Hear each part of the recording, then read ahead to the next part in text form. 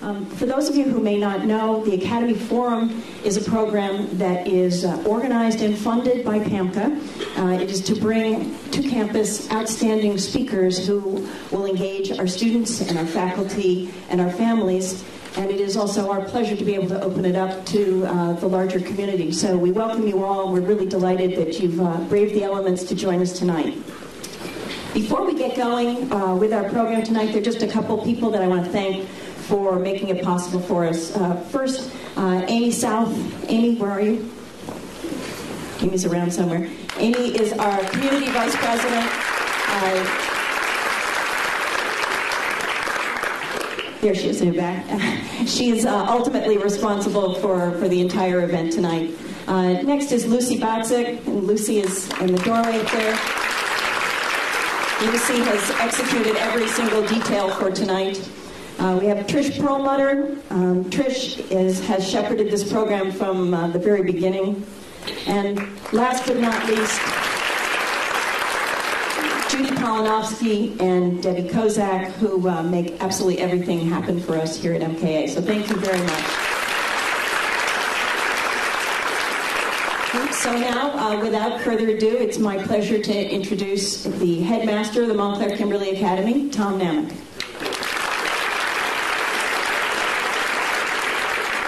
Well, good evening and welcome. I'm delighted to welcome you to the Montclair Kimberly Academy, and I want to also thank again our Parents Association. They have made this evening possible for us. While the program is free of charge, it's not free of expectations for how we will conduct ourselves as an audience. I have a couple of things I'd like to ask of you. Please, there's to be no electronic recording, audio or video. Please don't hold your phones up to take pictures, mostly because it distracts the people behind you. And we'd really like to focus on our very special guests this evening. It's my privilege to introduce our guests, and I think they're well known to all of you, but I do want to say a couple things about them. Dr. Tyson has been a frequent guest on the Colbert Report, or rapport, I guess is the proper pronunciation. We're delighted that he's here, and we are also delighted and very grateful that Mr. Stephen Colbert has agreed to interview him for our benefit. Stephen Colbert, comedian, author, and host of the Colbert Report, is both one of the funniest and possibly the bravest comedians of our time. I want you to consider his performance at the National Press Club dinner in 2007.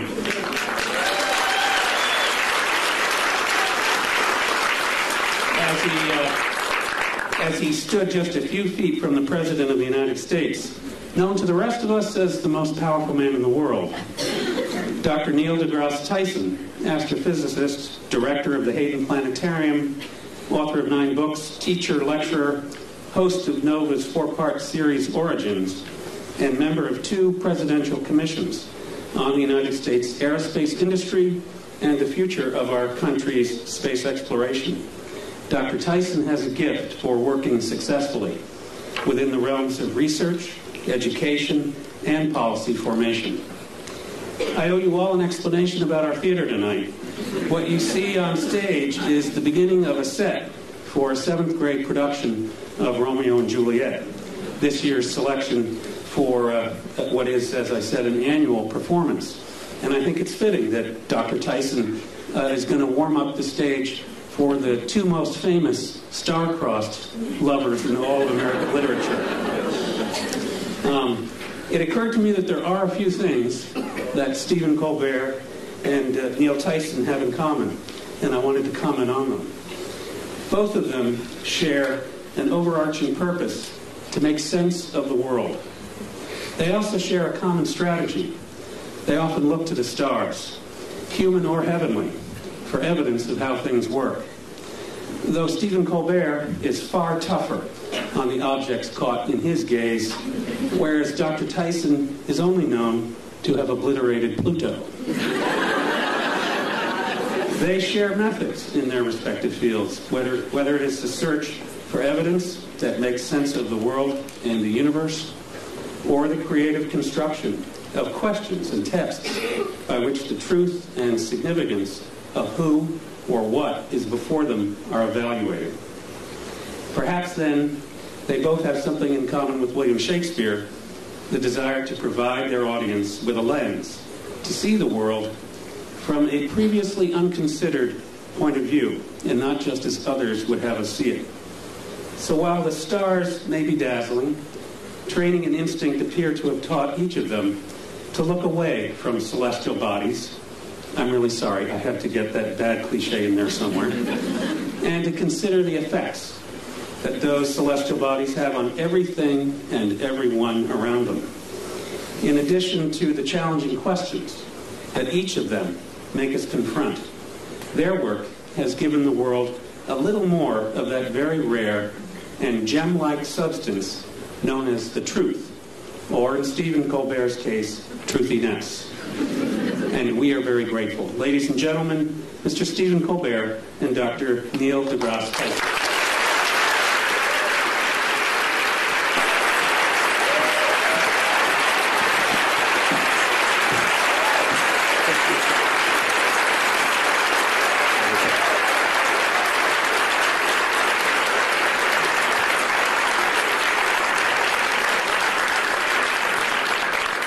Romeo, wherefore art thou, Romeo? I don't know. Neil, thanks so much for coming today. Yeah, no, thank you. Mr. Dr. Neil deGrasse Tyson is, he's been on my show 6 times. And often when I come out to greet the audience before I do my show, they ask me, who's your favorite guest of all time? And I say, not just for volume, but it's Neil deGrasse Tyson. Because not only do I love what Neil knows, but I love that he loves what he doesn't know. Always interested in the next thing to learn. Oh, yeah. And always roll to whatever idiocy my character wants to throw on him. I think the only time I ever surprised you, as you told me a little while ago, was I asked you, should scientists go to Argentina or hike the Appalachian Trail? Yeah, I want people to talk about them. It's the universe talking there. I can go a little out there. The universe amplifies. Yeah, that one, I missed that one. Yes, you'd missed that news story. Yeah. See, to go on a show, it's like the hardest interview ever. I have to I'm laden with current events just to mix with my science because I don't know where he's going to come at me. And I got to be ready with 7 tennis rackets to hit it back. And I'm upset because that one news story, remember with the guy, was it South Carolina guy? Who remembers? He goes to Argentina and becomes well known for having done so. And you ask me straight out, should scientists visit Argentina more often to become better known? And it just went, you aced me on that one. You're welcome. Now, Neil, we've got a lot to talk about tonight. Yeah. A lot of subjects. Science is a big thing. But I want to start off with, this is not a bribe. I want to start off with... What's these chairs? I feel myself sliding. No. I know. Exactly. When we first walked in, I said, oh, welcome to the barn raising. I realized we were speaking before the Amish tonight. Now it's going to make it tough to talk about science and technology. All right, Neil, I want to start. I want to start in a broad way. Are you tweeting now, or are you actually trying to interview me? No, I'm just looking at photos of myself. Get a little work done. I need a little freshen up. Now, let me ask you a very basic question. Science, from scientia, in Latin, meaning knowledge. I didn't take Latin, but I'll take your word for it. Is it better to know or not to know? I think, well, my blunt answer is it's better to know. All right. But that is debatable, though. Well, I said it's my answer. Yeah. I mean, somebody else might have a different answer. For instance, Oedipus might have a different answer. Yeah. Yeah, I mean, I think... Is knowledge always a good thing? I have to say yes. Why? Because it empowers you to react and possibly even to do something about it if something about it needs to be done. Okay, but who we are is what we know, right? Part of who we are is what we know. And our identity is often based on how we see the world. Yes, and our personality for sure. And if we learn something that does not jive with how we think about the world, won't we have to re-examine who we are? Yeah, it could mess you up. Yeah. Once again, I'll go back to Oedipus. He plucked his eyes out rather than know anymore. Yeah, well, people back then, they did stuff like that. Yes, people back then, not people today. So I think there are people who would not know, who would rather. I remember the old days. I don't know if it still happens. A doctor would find out if you had cancer, they wouldn't tell you. They wouldn't tell you. Give it to me straight, Doc. Yeah, and why would you even have to say, give it to me straight, unless there was a day when they didn't give it to you straight? If I have 5 years left, I want to know I have 5 years left. Because I'm going to, do something different in those 5 years. Neil? Yeah? I have some terrible news. But there are some people who don't want, there are some people who don't value science. And if they don't value science, are they valuing ignorance? Yes, but I will not pass judgment on them. What I will say is, if they are at maximal comfort in their ignorance, fine. Except that they will not be the participants on the frontier of cosmic discovery. They will be disenfranchised. Hello? Hello? I'm sorry, I've got a phone call. Hello? Sorry, I have to take this. Hello? My mic isn't working? Hello. Now who's in control? So they won't be in control of the next participant. No, they won't. Not only will they not be on that frontier making any discoveries, they're not in a position to enhance their life for having access to those discoveries themselves. Can knowledge ever be a bad thing? I don't think so. What about actions that knowledge takes us to? Do you think that Oppenheimer, when the bomb went off, and he said, "I am become death, destroyer of worlds," do you think he perhaps questioned for a moment whether the knowledge they achieved that led to the creation of the bomb perhaps should have been left undiscovered? Do you know what he said in response to those kinds of questions? Yes. He said, because people said, have you usurped the power of God? Have you? And he said, if God didn't want this power to be there, he shouldn't have put it in the atom in the first place. Kind of an interesting point, I think. Well, what he's saying is that the world is accessible to us. So would you say, don't smelt the ore and make iron and make a sword out of it because you could cut yourself? Back then, that's the counterpart statement from the Iron Age. And if you were around back then, you'd be sitting in this chair saying, don't make the sword, because you'd unleash evil on the world. Okay, I'll step back from don't make the sword. How about don't lick the flagpole in February? Yeah, you will learn something. You will learn something, but at a price, Neil. That'd be data. It's a data cost. It is. Yeah. There is a data cost for that, isn't it? Yeah. Also, Adam and Eve. They ate of the tree of knowledge of good and evil, and they paid a price. Yeah. So God does put things into atoms he doesn't want us to know about. Yeah. However, I think I don't want to blame the knowledge. I want to blame the behavior of people in the presence of the knowledge. So maybe we need better knowledge management. Do you think that scientists... you can applaud him. He's the hero. Well, how about this? Do you think that scientists should be allowed to do anything they can? I heard a big no over there. Someone just said no. People made fun of him for doing this, but during one of President Bush's State of the Union speeches... Bush 1 or 2? Bush 2. Mm-hmm. He said he warned against man-animal hybrids. Okay? And a lot of people, like me, made fun of that by showing pictures of, like, Senator Alligator Man going, boo, boo, yay, man-animal hybrids. But if scientists could make man-animal hybrids, wouldn't they? There are scientists who want to make man-animal hybrids. Should we make man-animal hybrids? I ask you, Senator Tyson. Should there be any limits like that? I think there's some creepy things about that, and I've met some scientists who would think that'd be an intriguing thing to do.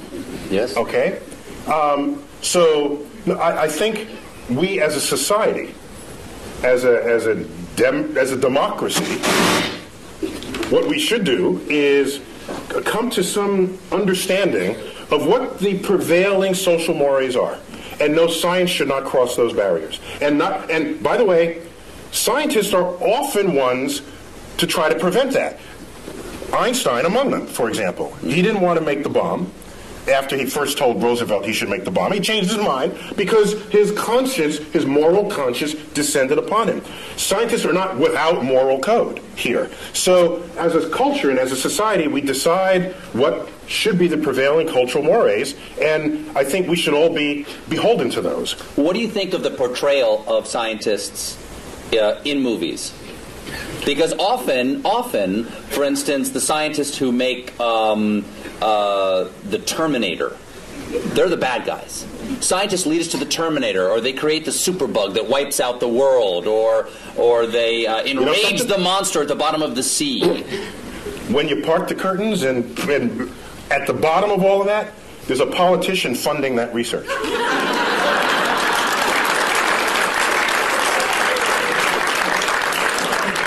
Is this working again? It is? No, it's not. He says yes, you say no. Yeah, we got it. We're getting bad data. Just trying to... We're good. That was good. That's good? You're good. Oh, yeah. You're good. So, scientists don't lead marching armies. Scientists don't invade other nations. Scientists, yes, we have scientists who invented the bomb. Yes, but somebody had to pay for the bomb, and that was taxpayers. That was war bonds. There was a political action that called for it. So everyone blames the scientists. We are collectively part of a society that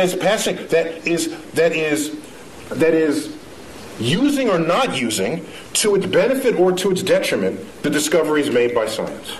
And at the end of the day, a discovery itself is not moral. It's our application of it that has to pass that test.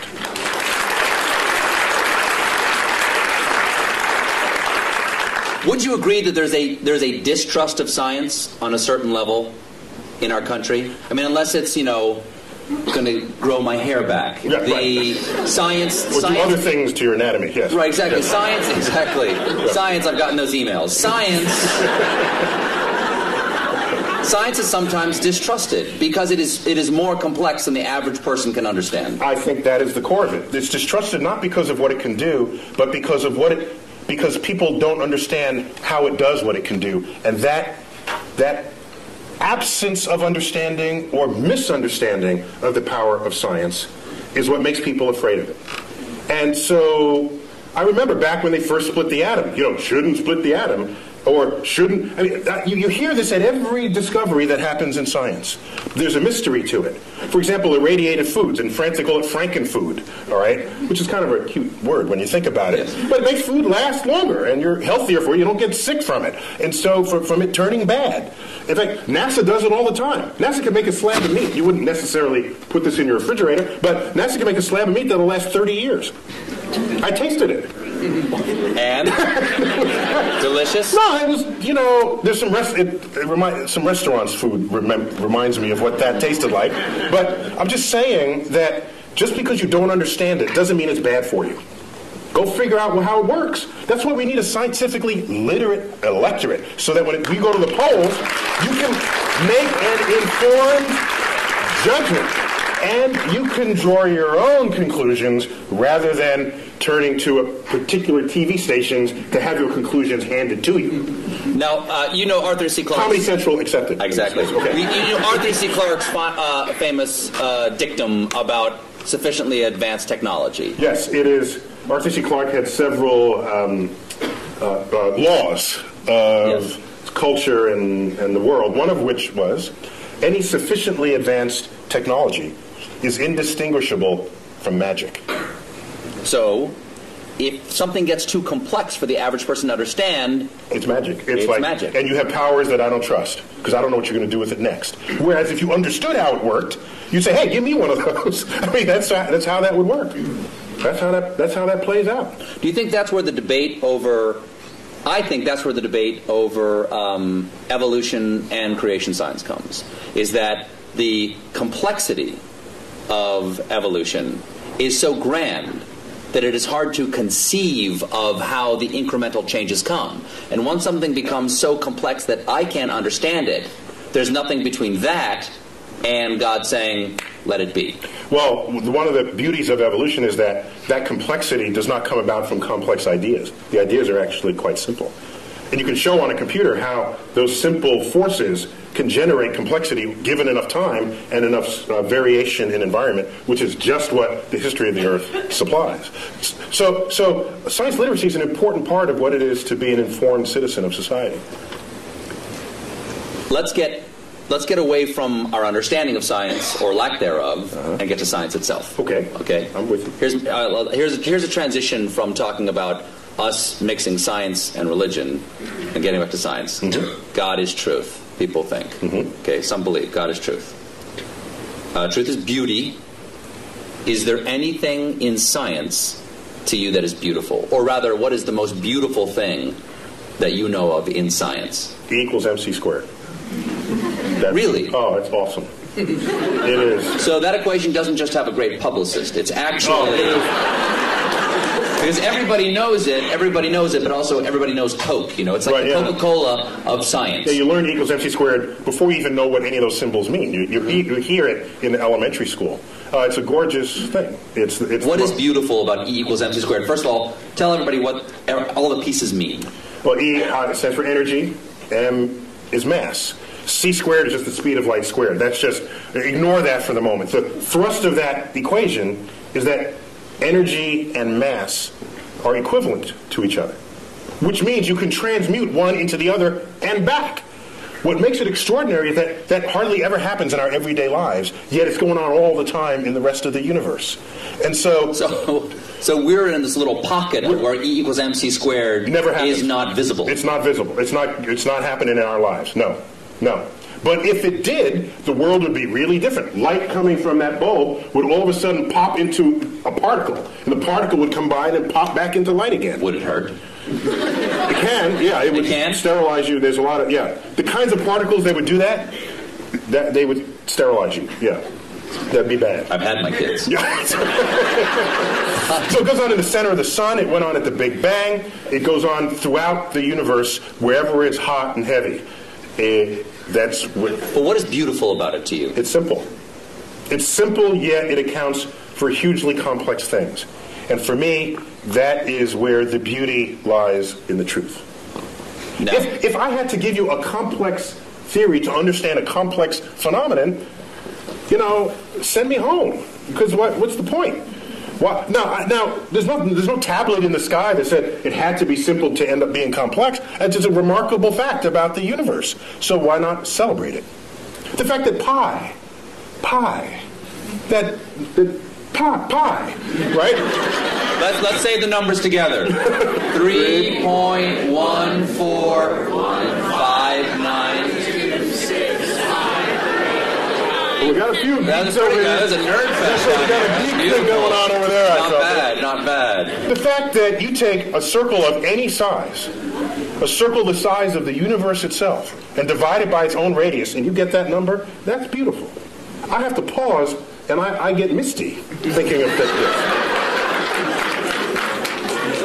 That's just another one. That the atoms and molecules in your body are traceable to the crucibles in the centers of stars that manufactured these elements over its lifespan, when unstable, on death, exploding its enriched guts across the galaxy, scattering it into gas clouds that would ultimately collapse and make a star and have the right ingredients to make planets and people. Which means we are part of this universe. As I've said many times, and goes back, not only are we in the universe is in us. That is a profound concept. And it was, I think it's the greatest gift that astrophysics gave culture in the 20th century. There's a research paper in 1957, and I say that because one of the authors just died, like 2 days ago, Jeff Burbidge. Burbidge, Fowler, and Hoyle. One of the most famous research papers that no one ever heard of. You know why, I think? Because it had 4 authors, not just one, and it took a decade to figure out, and it wasn't just somebody burning the midnight oil, so it doesn't lend itself to poetry or screenplays, because it's a collaboration, so nobody wrote about it. But we knew that we are star stuff. We knew that we are stardust at the middle of the 20th century. That connects us to the universe like no other fact. That's beautiful.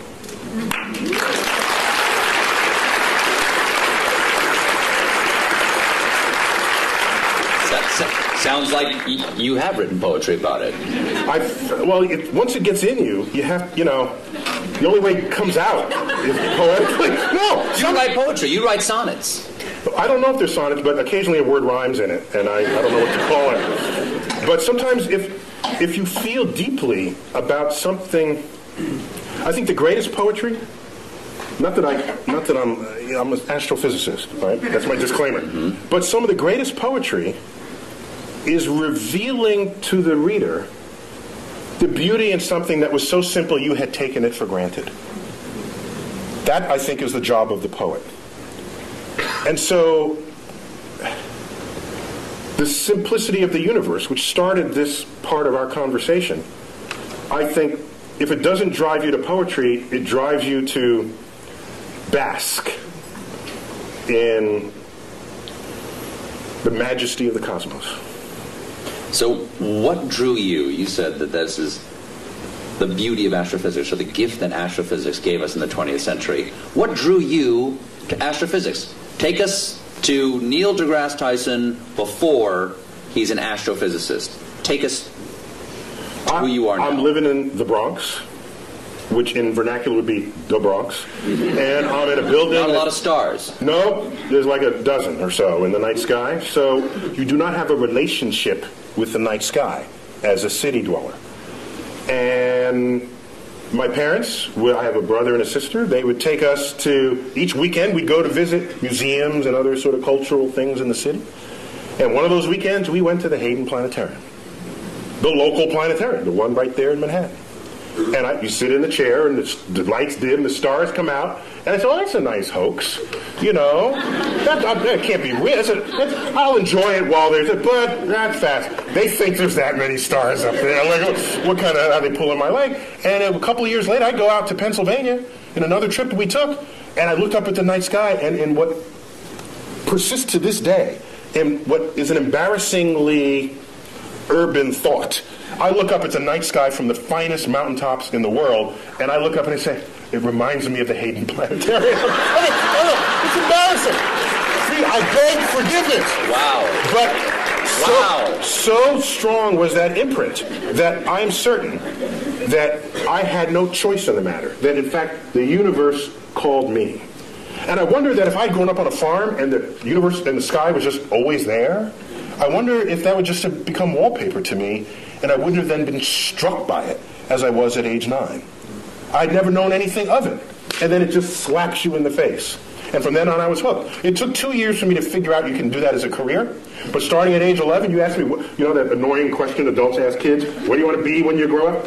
I heard a comedian say, you know why they ask? Because they're looking for ideas. That was Paula Poundstone who said that. If you had asked me from age 11, what do you want to be when you grow up, I would have told you flat out astrophysicist. And my whole life aligned to that. Got a telescope, got a camera, photographed it. All my science fair projects. One was getting the spectra of the sun and analyzing features in the spectra. I built the spectroscope. So I was like nerd kid, card carrying. But I was bigger than other kids, so I was insulated from a lot of what might otherwise happen to nerd kids. But you wrestled, too. I was captain of my high school's wrestling team. I've seen you in that wrestling outfit. You can rock a singlet. Well done. Now, singlet is what you call the one-piece... they know. No, okay. So... You wanted to become an astrophysicist. That leads to another question, which is, is it better to not to know? It's better to know. Can it be beautiful? Yes, it can be beautiful. Is science a thing, or is it a way to look at the world? Is it a verb, or is it a noun? It is both. The world is not just, is it this or that? Is it a planet or not a planet? It's sometimes... You must choose. It's fuzzier than that. Sometimes... So if I have a lot of facts in my head, if I can absorb a lot of facts, am I a scientist? No, you're a fact memorizer. In fact, I'll accept that as a compliment. Our academic system rewards people who know a lot of stuff, and generally we call those people smart. But at the end of the day, who do you want? The person who could figure stuff out that they've never seen before, or the person who could rattle off a bunch of facts? At the end of the day, I want the person who could figure stuff out. And science... Say if we're trapped on an island. Exactly. What, the professor on Gilligan's Island? It's not a matter of how many facts he can recite. It's like, there's a coconut, and there's a thing, and you have a ham radio. That's, exactly. Okay? Seawater, you stir in the salt water, you hook the wires up to Gilligan's fillings, and then you listen to his ear. Listen in it. So, it's an understanding of the relationships. While we're on it, Ginger or Marianne? Totally Ginger. Ginger. Complete. That was like, she came around the wrong time of my life. I'm dead. It was like Ginger all the way. For sure. So it's a way of approaching the world. It's a way not only of approaching the world, it's a way of equipping yourself to interpret what happens in front of you. I think of science, the methods and tools that enable it, as kind of like a utility belt that you walk around with. And you come upon something. Are you a superhero? Yeah. In your mind, are you a super science? Actually, when I was a kid, I wanted to be Mighty Mouse when I was a kid. Really? I wanted to sing opera as I went to sing. Here I am to save the day. Yeah. So it's a tool belt. It's a tool belt. It's a utility belt. Utility belt, sorry. Because I'm picturing you in the singlet with the utility belt. Yeah. It's a tool belt. The difference is a tool belt, if you have a hammer, as they say... You can hammer in the morning. You can hammer in the morning. If I had a hammer. Mm-hmm. The problem is, if you start wielding a hammer, then all your problems look like nails. Mm-hmm. And maybe they're not. Maybe it's more subtle than that. And so your toolkit has to be able to morph into what is necessary for what it is that you confront at that moment. And so, yes, you're equipped with methods of mathematical analysis, methods of interpretation. You know some basic laws of physics. So when someone says, I have these two crystals, if you rub them together, you'll get healthy. So rather than just discount it, because that's as lazy as accepting it, both of those are just lazy brain. What you should do is inquire. So do you know how to inquire? And every scientist would know how to start that conversation. They would say, well, where'd you get these? What kinds of ailments does it cure? How does it work? What does it cost? Can you demonstrate that it works? And you go through this whole, and at the end the person's in tears because they weren't prepared for that level of questioning. And so science literacy is vaccine against charlatans of the world that would exploit your ignorance of the forces of nature. Neil, if you don't like the crystals I gave you, you can just say it. And they're not working for you because you don't believe.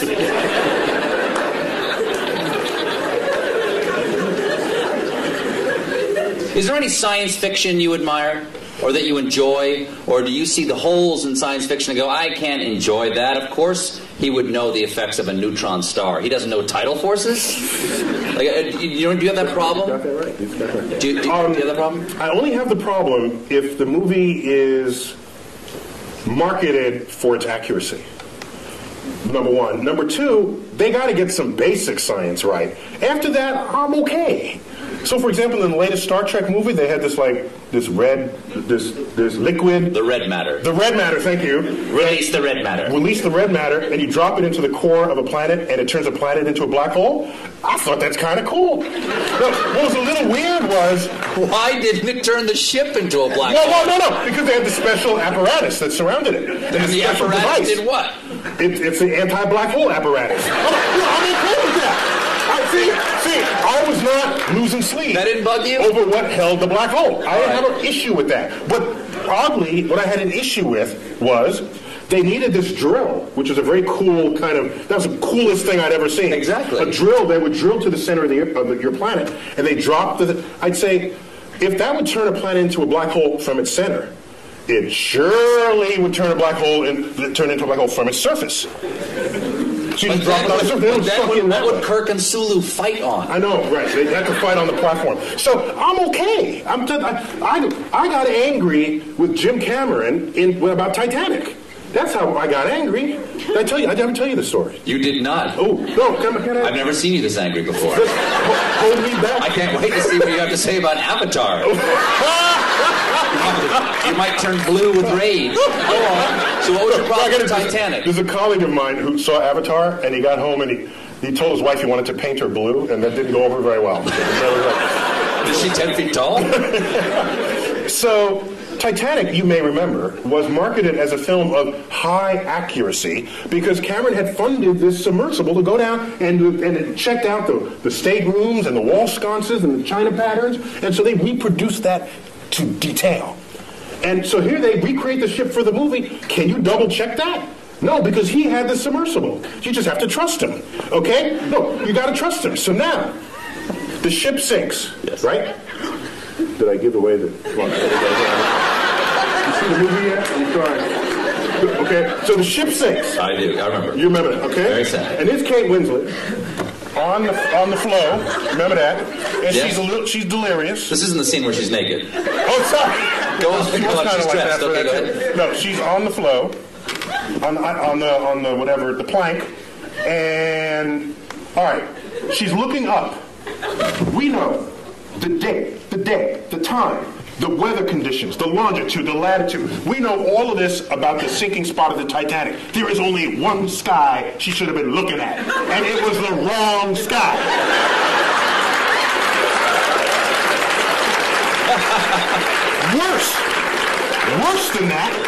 Worse than that, the left side of the sky was a mirror reflection of the right side of the sky.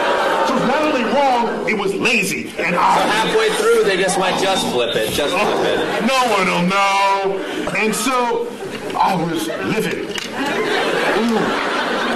I got out my finest stationery, and I wrote a letter to Jim Cameron. No reply. 5 years later, I bumped into him. He was on a NASA committee, and my sort of presence with NASA was growing by then. And I bumped into him in a meeting. And I said, Mr. Cameron, I just have to ask. You know, the sky, it's not the right, it's black, what? And he says, well, actually, that happened in post-production. So he's absolving himself of guilt. But I wanted him to grovel in front of my feet, which he did not do. Now, wait.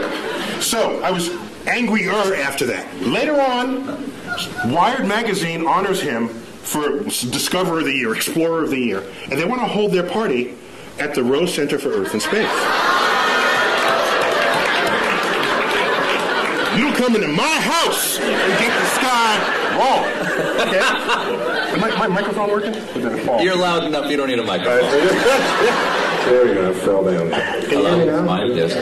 Okay. So, he's in my house. And as a courtesy, they extended me an invitation to have dinner with a small group of them after this award ceremony. So I said, yeah. So we go to dinner. There's 6 of us at the table. The wine is pouring. So I said, Jim, I don't know if you remember, but I brought this up some time ago about the sky. And I wouldn't be so upset, except that everything else you boasted was so accurate.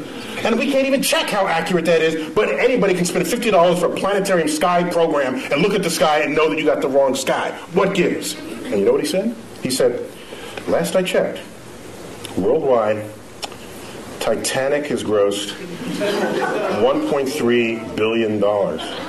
Imagine how much more it would have grossed if I gotten the sky right.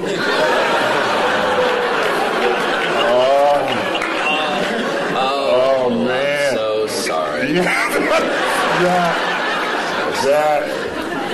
If I had a tail, it would have been like between my legs, and I would have... And so I think you won that conversation. No, actually I did. He retreated into his bank account. Here's what happened. But that money will all eventually be gone, and he would still have gotten the sky wrong. Oh, that's an interesting point. That's right. The sky will outlive even James Cameron. However, as dejected as I was, 2 weeks later I get a phone call. Forgot the guy's name. He calls me up and says, "Hello, it's Dr. Tyson." I said, "Yes." He said, I forgot his name, Johnny Smith. "I work in post-production for Jim Cameron. He is releasing a 10-year director's cut anniversary edition of the Titanic, and he will be adding new footage from the deck. And he tells me you have a sky that he can use."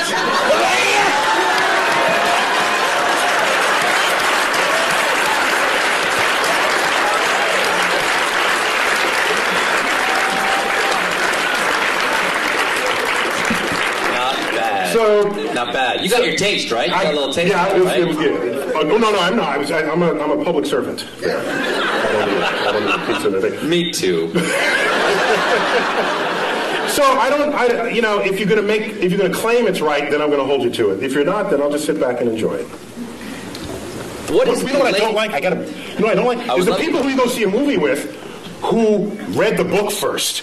Get rid of them. They don't belong in the movie theater. All right? It's like, the book was better. Well, get the hell out of it. Get out of the movie theater. Then go back to your book. Leave me alone. Those people I can't stand. Stay home. We should not go to the movies together. Now, okay, I got three different things. What is the latest discovery in astrophysics that we should all know about? One of my favorite. I got to go back maybe 6 months for that. 8 months, may I? Okay. Okay. Well, we discovered water on the moon. That's kind of cool because where you're going, you want there to be water. All right, that's a good thing for life. But what struck me the most earlier in 2009, we discovered methane on Mars. Methane. If you have a gas stove and you live in a city, chances are it's methane. It's a flammable gas. You say, well, so what? Who cares? Except that methane is the byproduct. It's a part of the gaseous effluences of anaerobic bacteria, which on Earth operates deep in the intestinal tract of farm animals. That's a very scientific way of saying there are Mars farts. That's what you're saying. I didn't want to say it. Yeah. You got a doctor in front of your name. You can't say stuff like that. I can't say stuff like that. But that means that is possibility, or is that yeah, there's life, but no one will come out and say it? It means while you can generate methane other ways, such as it's sunlight. It's a combination of pressure, temperature, and energy source. You can manufacture methane. Magic. Right? So, but chemical magic. Yes. Chemical magic. But it is a natural byproduct of bacteria that thrive in the absence of oxygen. And you don't have oxygen deep in your intestinal tract, neither do any farm animals. And if you're down under and Mars doesn't have oxygen. So it's tantalizing to think that maybe there are life reservoirs in aquifers beneath the Martian soils. As I was saying before about is it better to know or not to know, and there are things about our own identity that we take from the knowledge that we have, yes, we do. or the things that we don't know, the assumptions of things that are not there to be known. And instead of using the word identity, I'd say they have an impact on our ego. Yes. Because the more we learn about the universe, the smaller we get, all right? In time, in space, in size. And so if you go in... Not the way you just described it. The way you described it, you're a supernova. Well, that makes you bigger. Well, I think if you know about what's going on, then it's not mysterious and you're a participant in the unfolding cosmos. Otherwise, you are consumed by it and you fear it. And you shun it, and you say, I don't want to know that I live on a speck called Earth, orbiting an undistinguished star in the corner of an ordinary galaxy in an expanding void of the cosmos. There are some happy thoughts in there, like understanding how that works, recognizing that the human brain figured that out. That's kind of cool. There's a lot we still don't know, but what we do know, I think we can sit proudly and celebrate what we know about the universe. Maybe now, not every one of us took a few key people like Newton and Einstein, but we learned what they taught us, and each of them stands on the shoulders of giants that came before them, just as the quote goes. Let's celebrate it, not fear it. But if we found out that there was life someplace other than Earth, what do you think that would do to our identity or our ego?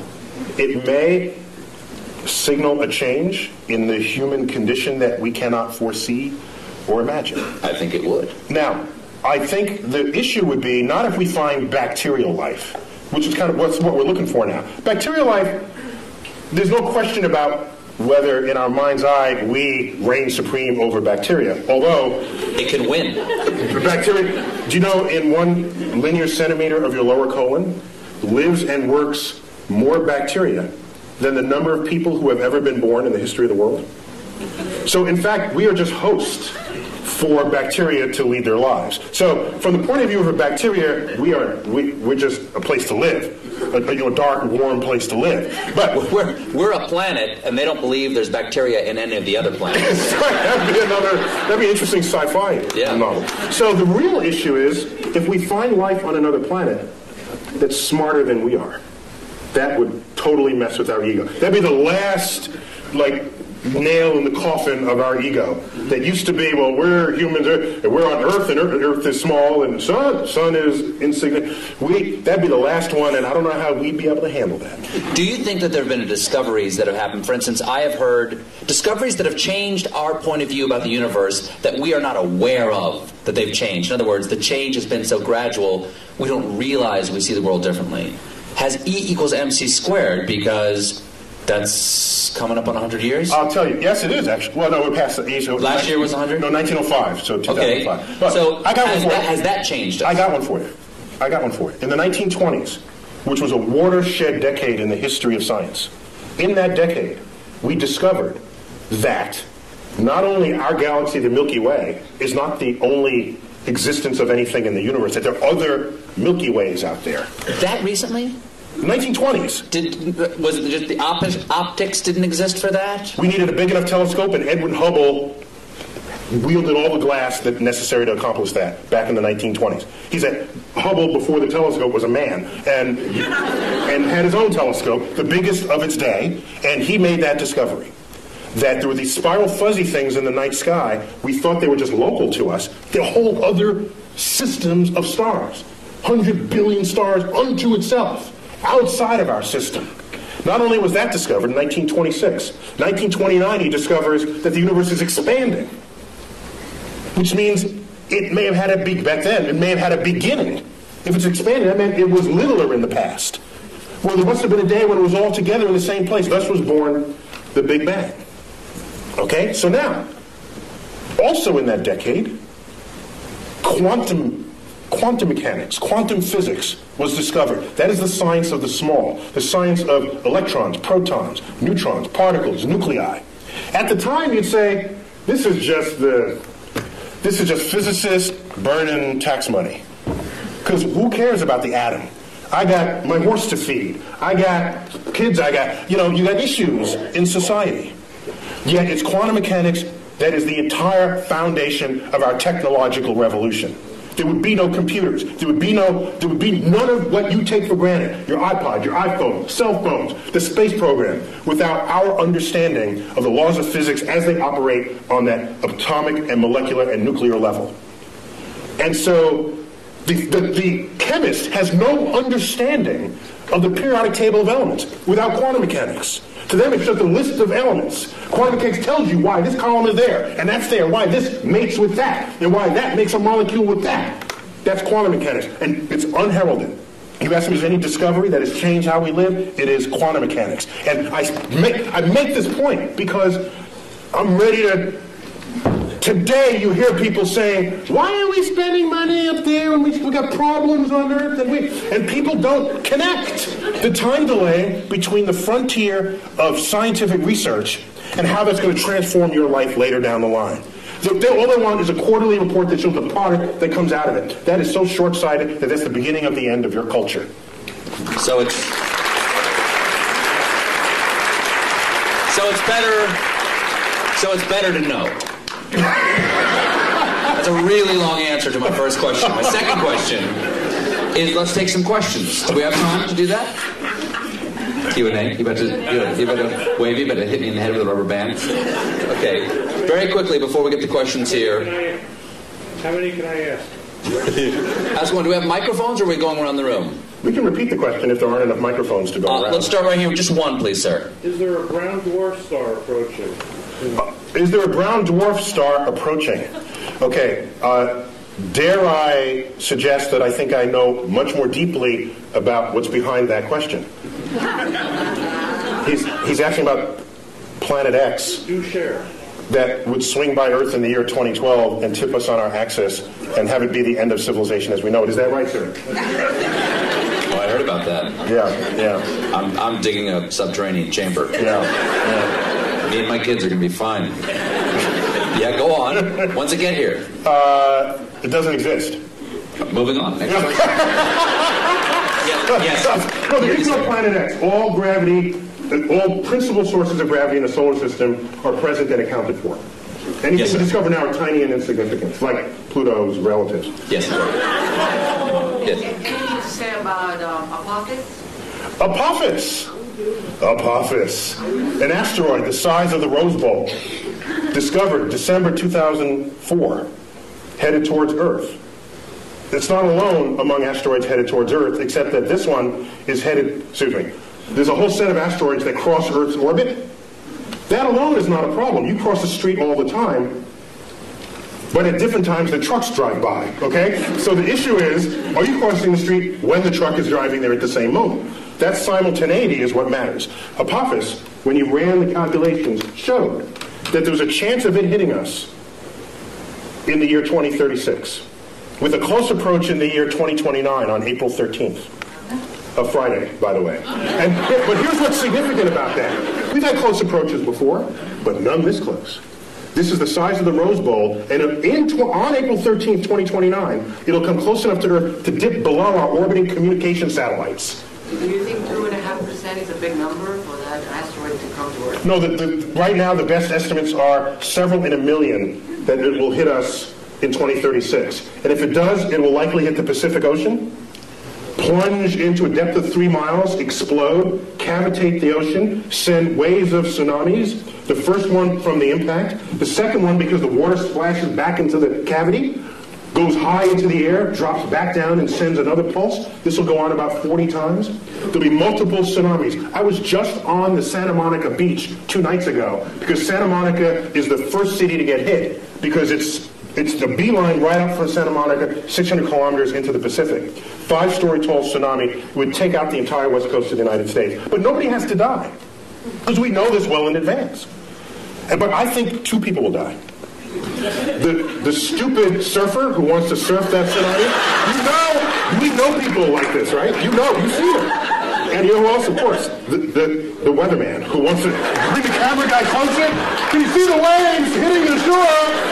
Okay, take him out too. We don't need either one of them, and then we'll get on with it. That would be a great James Cameron movie. Yes. Tonight there's a wolf moon. Can you explain what that means? What's a wolf moon? Okay, each full moon of the year has a name, and there are regional variations among those names. And the wolf moon, it's when it's snowy and the wolves howl. You can see the wolf in the light of the moon because the landscape is white, and the wolves don't turn white, so you can see them against this. And so depending on if you live in a region where there are wolves, that would be what you would call it. Other full moon names you've heard of, the harvest moon is one of them. The honeymoon is one. That's the moon that's in June, the honeymoon, because that moon actually never gets very high in the sky. And it's amber the entire time. It takes on the color of honey. And so it's called the honeymoon, and you get married in June. And that's where you get the name honeymoon for that. Yeah. Anyone over here? No? Yes, sir. I think, in astronomy, probably dark energy was sort of a real game changer about 10 years ago, the discovery that the expansion of the universe is speeding up. If there's a game changer in the next 20 years, what is it? The question is, dark energy He said 10 years ago it was like a game changer. Can I foresee any game changers on the horizon? Well, it turns out dark energy was not as much of a game changer as you might think. Because we already had a slot for it in Einstein's equations. We already had a placeholder. No one had ever measured it before. So we just assumed it was zero and got on with life. The moment it was discovered, we said, hey, now we can stick it in the equation. It's like, whoa! Its presence in the equation shows that there's this pressure operating against the action of gravity, making the universe accelerate in its expansion. And that's extraordinary, because it means the day will come where these galaxies that Hubble discovered will move away from us with such speed that they will disappear beyond our horizon, and the total known universe at that time will only be the Milky Way, restoring the state of mind of our universe that existed before 1920.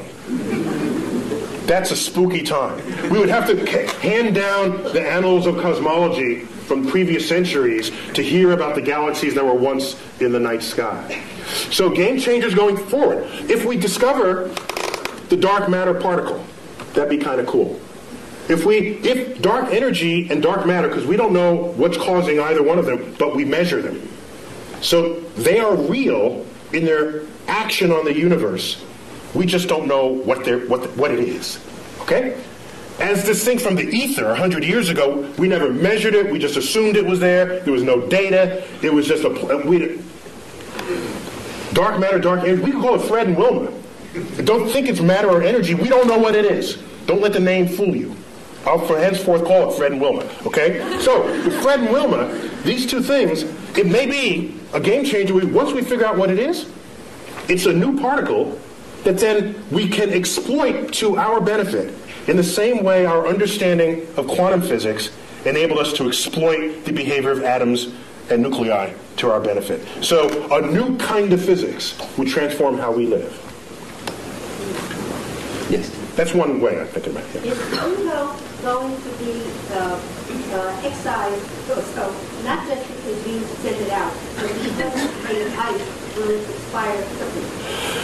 Will Pluto not only be humiliated by Neil deGrasse Tyson? You may not know this. That's not the word she said. She used that word. Excised from the family of planets. Neil was on the group that gave the recommendation that Pluto be demoted, correct? We thought differently about Pluto's identity than Pluto did, and other supporters of it. We just grouped it with other icy bodies in the outer solar system that, at the time, were being discovered. Don't shoot the messenger. Pluto was alone for 65 years, and so you can't have a category of one. That doesn't work in science. You need a few things to make a category. So he's okay. It wasn't a category, though. It was a planet. Well, yeah. My very elegant mother just sat upon 9 porcupine. Now she just sits upon 9. It doesn't make any sense. Yeah, it doesn't make any sense. Where's the porcupine? If she's that elegant, she wouldn't have sat on a porcupine, I don't think. So once we found other icy bodies, all we did was group them together. We said, Pluto, we found family for you. In fact, we think you're happier there, because now you're one of the biggest icy bodies. And rather than a pipsqueak planet. You sent Pluto to a farm upstate to run and chase rabbits. It's much happier there, kids. It's happier there. And I didn't do this alone. Is there a supergiant beyond Pluto that pulls comets in? Is there a chance there's something out there that's drawing? There was a hypothetical star, which is related a little bit to what led to this invention of this... The brown dwarf that you won't talk about, but you and I know, yes. Yeah. There was come down to the bunker, too. There was a suggestion that there was a companion star to the Sun, provisionally called Nemesis, that would have this long orbit that would jostle comets in the outer solar system and send them raining down on Earth, creating mass extinctions, accounting for the extinction episodes in the fossil record.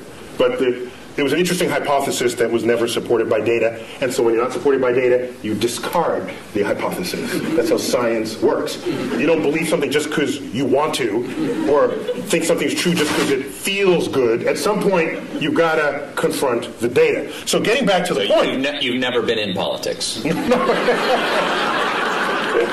getting back to the point, the recognition that Pluto was made half ice and ice evaporates, so will Pluto one day disappear? No, Pluto's too far away from the sun for that to ever meaningfully evaporate and disappear completely. Yes? What was the point of the Large Hadron Collider? What was the plan, did you say? The point. The point of What the Large Hadron was the Collider. point? He speaks in past tense as though we're done with it. Okay, We what just is? turned on the switch, the Large Hadron Collider in Switzerland. The point of the Large Hadron Collider was to embarrass America, to make us feel bad that we didn't have our collider built back in the 1980s when it was first funded. That's the whole point of the Large Hadron Collider. It's Europe saying, "Ha, gotcha this time." Now, apart from that ego bit, it's to probe nature on levels of energy never before seen. And right now, it's hard, it's practically impossible to discover a new law of physics on your tabletop. We've been there. We've done that. And almost the entire history of physics is go to the edges of your points of exploration and then take a step beyond that. You're bound to discover something new. It's like climbing the next mountain, crossing the next valley. So, the Large Hadron Collider, the energy inside that particle accelerator will exceed the energy of all accelerators that have ever been built before, probing nature as never previously imagined. What is the Higgs boson? Higgs boson, that's a particle proposed that you can think of it as a kind of a, it's like a, think of it like molasses. Okay? Well, okay, not molasses. It's a field through which all particles move, and the interaction of those particles with that field endows them with the mass that we measure for them. It is granting them the property of mass. We have yet to find this particle, but if we do... So mass is not explained presently. That's correct. We just measure... We don't know why we get fat. we don't know why something has mass right now. That's correct. And so now let me ask you something. If you build let's say you build an equation this way. You've got an equation over here, you built it, and it's a house, okay? And you've got another equation over here that works. It's another house. But in your mind, you think, these two houses are actually probably should be one house. You invent something that fits into the shape between the two houses, right? Yes. Like you've got a shape between the two houses. Goes, okay, there's something in the universe that is the shape of the space between these two houses. Yes. Does that necessarily mean that thing is there? The history has shown that almost every time we propose something that connects one house to another, if those two houses themselves work, there's something in between them connecting the two. For example, in 1930s, we had this experiment with the 1930s. Quantum physics is in place. We start probing the atom. We find out there's an atomic reaction, a nuclear reaction, where there's some missing energy. We account for all that, and there's something missing. We say this much energy here, and then it's missing here. And we swear we accounted for everything. Fermi comes up, a famous physicist, said, I bet there's a particle that came out of that reaction that escaped with the energy before you had a chance to measure it. E equals mc squared. Well, that would have endowed that particle with its energy to do so, the mass to do so. And even mc squared is in every one of these, it's all over the place. It's written with E equals mc squared. The point is, he hypothesized the particle, gave it the properties that it would have to account for what was seen. That's your conduit between the two houses. Then he says it's got to have this much energy, and it's got to be pretty hard to detect because we surrounded this in lead, and it just went straight through the lead. So I'm going to propose a particle that's hard to detect. And it's got to be little, because there's not that much mass, and it has no charge, so it's neutral. So he called them neutrinos, little neutral ones. He hypothesized. He said, let's look for them. 20 years later, they were found, neutrinos. And now we kept them coming out of these reactions. He built the porch, the walkway between the two houses. Practically every time you have two working understandings of the world, and they have to coexist in the same universe, there's something that's going to connect them. It's like electricity and magnetism, previously discovered as separate things, until Faraday and Maxwell said, hey, wait a minute, this works and that works, and they kind of smell like each other a little. Maybe they're the same thing. So a whole theory came out to put the two together, and it is the theory of electromagnetism. You know this word. You just take it as a single word, but those used to be separate concepts. So we're going good with this. We're on a roll here. So why not continue? Yes, right there. Do parallel universes exist? Do parallel universes exist? We don't know. The parallel universes are losing favor to the multiverse.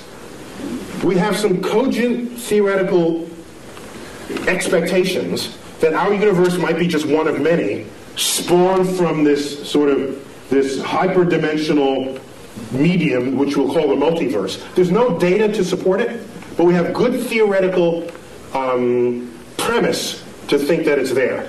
And we have philosophical precedent. We used to think Earth was special and unique. It wasn't. We got 8 planets. We thought the sun was special. It's one of 100 billion suns. Thought the galaxy was special. No, it's 100 billion galaxies.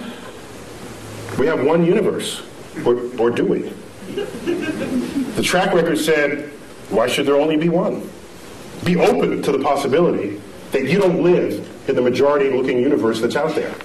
Would a separate universe, when you say different universe, slightly different laws of physics, which makes that's what I'm asking. Oh yes. Well, this is the fun part, because if you manage to get a portal to another universe, don't be the first one to volunteer to go through it, because your atoms are working in this universe. If the slightly different law of physics, you could implode, explode, come out with 3 heads. Who knows? There's a different exchange rate over there. Yes. Yes. Someone, let's go in the back, in the middle, and I think you have a white sweater on, yes. Is it possible to tunnel through a black hole, like quantum mechanically speaking? Can a black hole be used to travel? How about that? Can we say that? No, it's a little different. Like, Steve, get with it. Tunnel through a black hole. Yes. As if it creates a tunnel in space or time. Quantum mechanically is what she said. Quantum mechanically, can you tunnel through a black hole? I'm not going to try to interpret this one. Well, I have to ask, did you want to land someplace else when you're done, or are you content with being dead when it's over? I need to know before I answer. I guess it's okay if I die. It's okay if you die. For science. For science. Stephen Hawking showed just recently that, and for me this was kind of spooky amazing, that black holes remember everything that they have ever eaten. Which means it's not a tunnel to anywhere. Everything that it ate is sitting there at the singularity at its center. Now the spooky part, that's not the spooky part. The spooky part is, Stephen Hawking showed 40 years ago that black holes can actually evaporate. The matter that's within a black hole can rise up out of the gravitational field that surrounds it and spontaneously birth a pair of particles. That's just E equals mc squared doing its thing. E equals mc squared. The gravity field has high energy density. Out of that pops particles. And those particles escape, taking matter away from the black hole. From the gravity field of the black hole. Doesn't that fly in the face of how we think of a black hole? In a black hole, gone forever. Because nothing escapes, because nothing can surpass the energy needed to go faster than the speed of light. Except quantum mechanics, this quantum physics from the 1920s gets you out of that problem. That's a classical understanding of black holes. You layer quantum mechanics on it, weird stuff happens. Completely legitimately weird stuff happens. So you birth these particles outside the thing. Now here's what happens.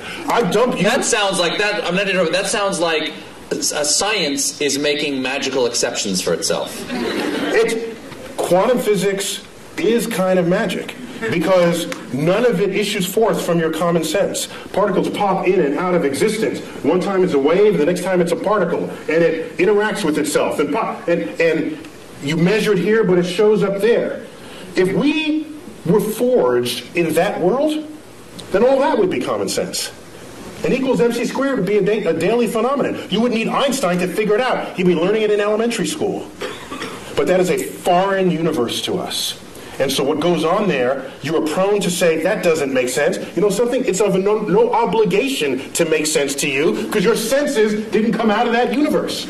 Out of that universe of tiny particles. We don't live there. If you let something go and it drops, you say that makes sense. If you let something go and it goes up, you say that doesn't make sense. In quantum world, that happens all the time. It would make sense in the quantum world. So, I submit to you that if I take your body and dump it into a black hole, what Stephen Hawking showed is that all the particles that went into the black hole, let's say it's Stephen Colbert black hole, okay? No other contaminating bodies but your atoms in the center of this black hole. And I wait around, and out here, in the gravity field, particles pop into existence. And I make a check. How many protons? How many neutrons? How many electrons? How many neutrinos? By the time this black hole is evaporated, it would have been every single particle that you were having fallen in the first place. Extracted out of the energy field of the black hole. So it remembers who you were even out in the gravitational field. That's spooky to me. Is the black hole now gone? Gone. Gone. Just it pops out of existence. Evaporated. It takes, by the way, it takes several trillion years for that, so don't wait around for it. It's that young man right there. How do you figure all this out? Okay. How do you figure all this out? It's an excellent question. Yeah, that's a good one. Isaac Newton did it all by himself. He was like really, really, really smart. A quick Isaac Newton story. He discovered laws of motion, laws of gravity. Just shows that planets don't orbit in circles, as Copernicus had thought, but in slightly flattened circles we call ellipses. And so a friend of his said, Ike, why? That may be called, I don't know what you call it. Why that shape and not some other shape? He couldn't answer that question. I'll get back to you. Goes home for 2 months, comes back. Here's why it's that shape. They're conic sections, they're cuts through the thing. And said, well, how did you figure that out? He said, well, I had to invent integral and differential calculus to figure it out. So some people invent their own tools and methods to discover the world. Most people learn the tools from someone else and then apply them to make incremental changes. Some people make huge changes, like Isaac Newton and Einstein and others. Isaac Newton once said, if I can see farther than others, it's because I've stood on the shoulders of giants who have come before me. But I've read Isaac Newton, and his stuff makes the hair on the, if I had hair, it would rise up on the back of my neck, how plugged in he was to the universe.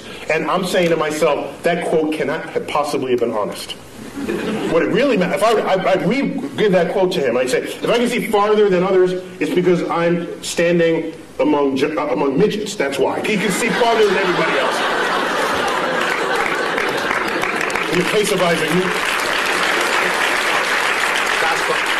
I'm afraid we only have time for one more question. Yes, sir. Actually, that was a great segue to my question. You talked we organize this all for your question. Sure. Early in the evening, you brought up the ideas of scientific literacy and technology management. I'd like to hear your opinions on where the policy needs to go to make a positive impact in that area. Ooh. All right, Neil. Can you repeat that for everybody? The question is, we were talking earlier about scientific literacy and our approach towards science as a nation. In your opinion, and you serve on science advisory panels, yeah. Where do you think we need to go as a nation? What do we need to do to increase our scientific literacy? I'll answer two-pronged. One is, what do you do with your kids? And kids need to be able to explore freely. And if you look at most households, they're not designed for that. They're designed to have the kid not explore. The kid comes into your kitchen and pulls out the pots and pans and starts banging on. What's the first thing you do as a parent? Stop that, you're getting the dishes dirty. Yet these are experiments in acoustics. That's what that is. Okay? Whatever the kid is doing, if it has the chance of breaking something, you're going to tell them to not do it, without thinking that that's the consequence of an experiment that they are conducting. And every time the kid wants to do something, provided it doesn't kill them, it's an experiment. Let it run its course, even if it makes something messy. You agreed to have a kid in the first place? Fine, clean up after them. And when they open up...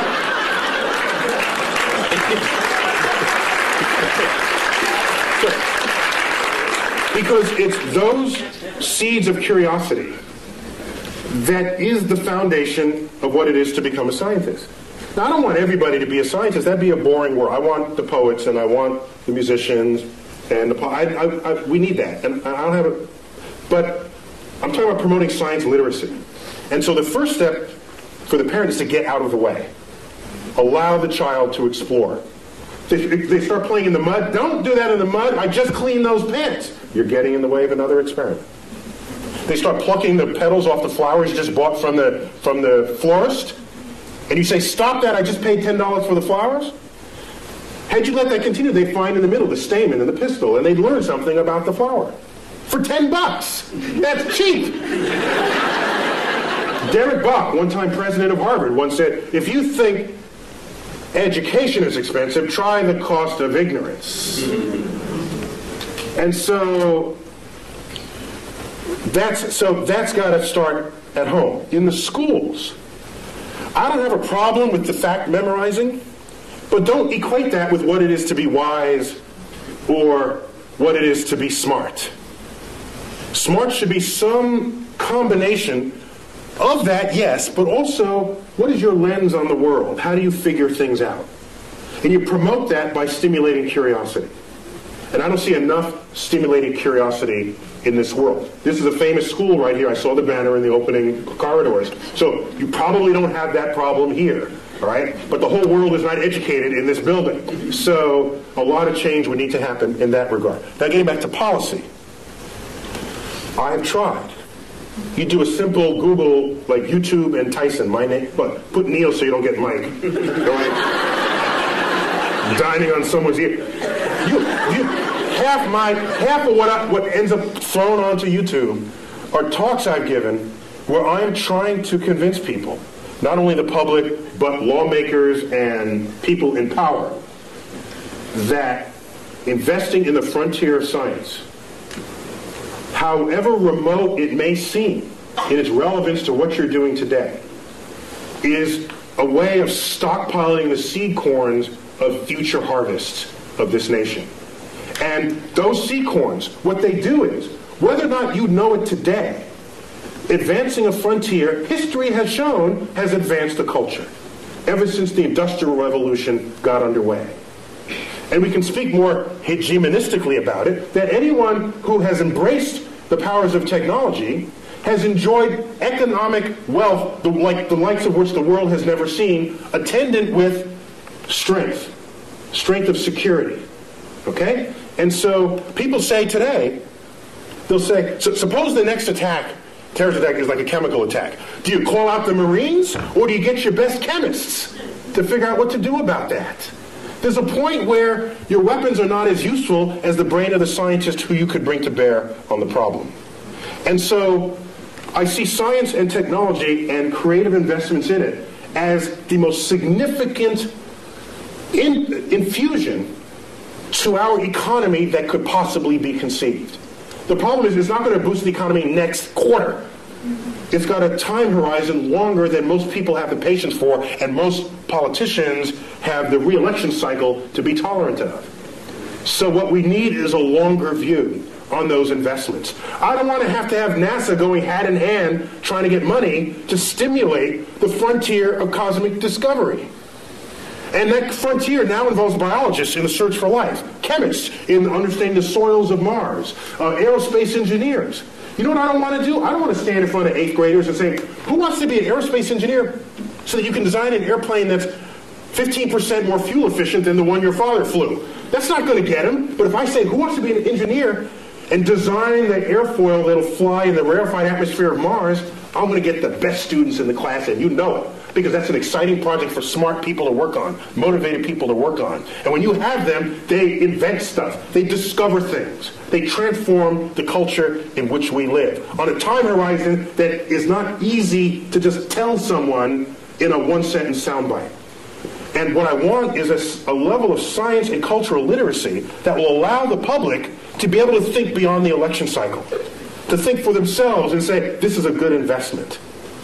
How many times have you heard people say, if you're not among us here, Why are we spending money up there when we have the problems down here? Have you ever asked how much money we're spending up there? Ask that question. You know what the answer is? I've asked people, how much money do you think we're spending? Here's your tax dollar. How much do you think? 10%? 15%? Those are the kinds of answers I get. You know how much is getting spent? The rovers, the space station, the space shuttles, all the launch vehicles, all the NASA centers is 0.6 of 1 penny on your tax dollar. 0.6 of 1 penny pays for it all. And you're telling me, why are we spending money there and down here? If you need that money to solve these problems, you got some other problems going on. Okay? That's a whole other problem with society. So, I'm sorry, I'm getting off. So my point is, I think the greatest need is to be able to have the foresight necessary to make investments on the frontier of science, even if at the time you make those investments, you cannot figure out how that might make you rich tomorrow. Michael Faraday, in the 1840s, was the first one to pass a wire through a magnetic field. And it made a little meter tick it moved a meter. He hooked up to it. Now this guy, you do this and this happens. That's kind of cool. If you're nerdy, to a nerd, that's a cool thing, right? You do this and this happens. And so what was happening is, it induced a current through the wire. He showed his colleagues. It looked like just kind of a curiosity, a toy. Showed it to Parliament. They say, why, is this what we're funding? We're funding this toy? And this may be apocryphal, but it is said of Faraday, in response to this inquiry, said this, because they asked, well, what value is this to the British Empire and to the king? He said, I don't know what value it is today, but I know one day you're going to tax it. And in fact, that is the foundation of how all electricity is made today. And it would take another 60 years before electricity would come to homes. But who could have known it at the time? I don't want to be left behind.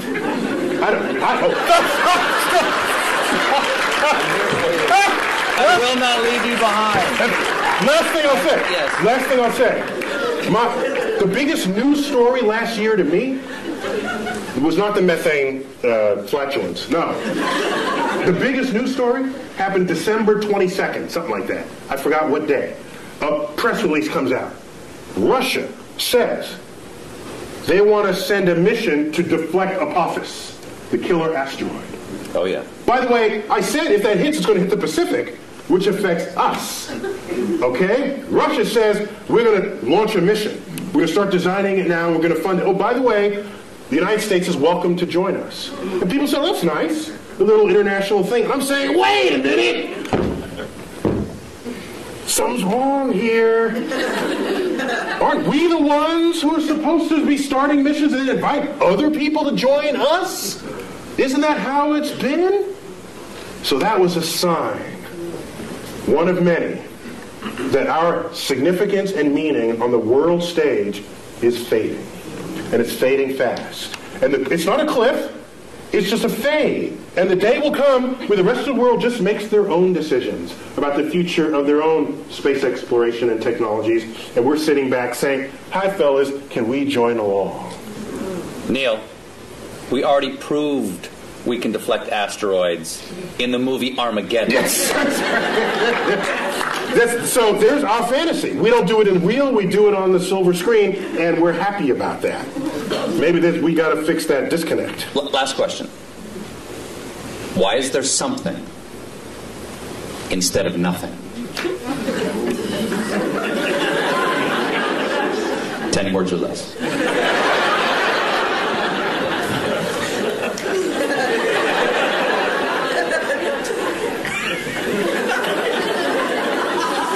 Just because. So I got to do this in haiku then. Okay. Okay, 575. Words that make questions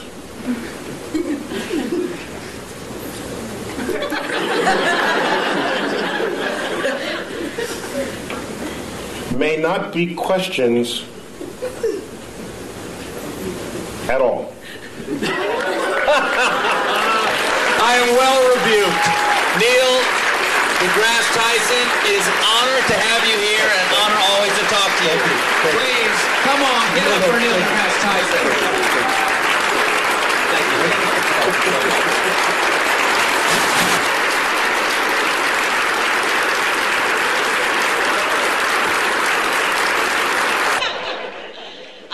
Dr. Tyson is going to be down here. He will be signing books until 9:30, so if you'd like to come down and have a book signed, feel free. And for the rest of you, thank you all for coming, and get home safe.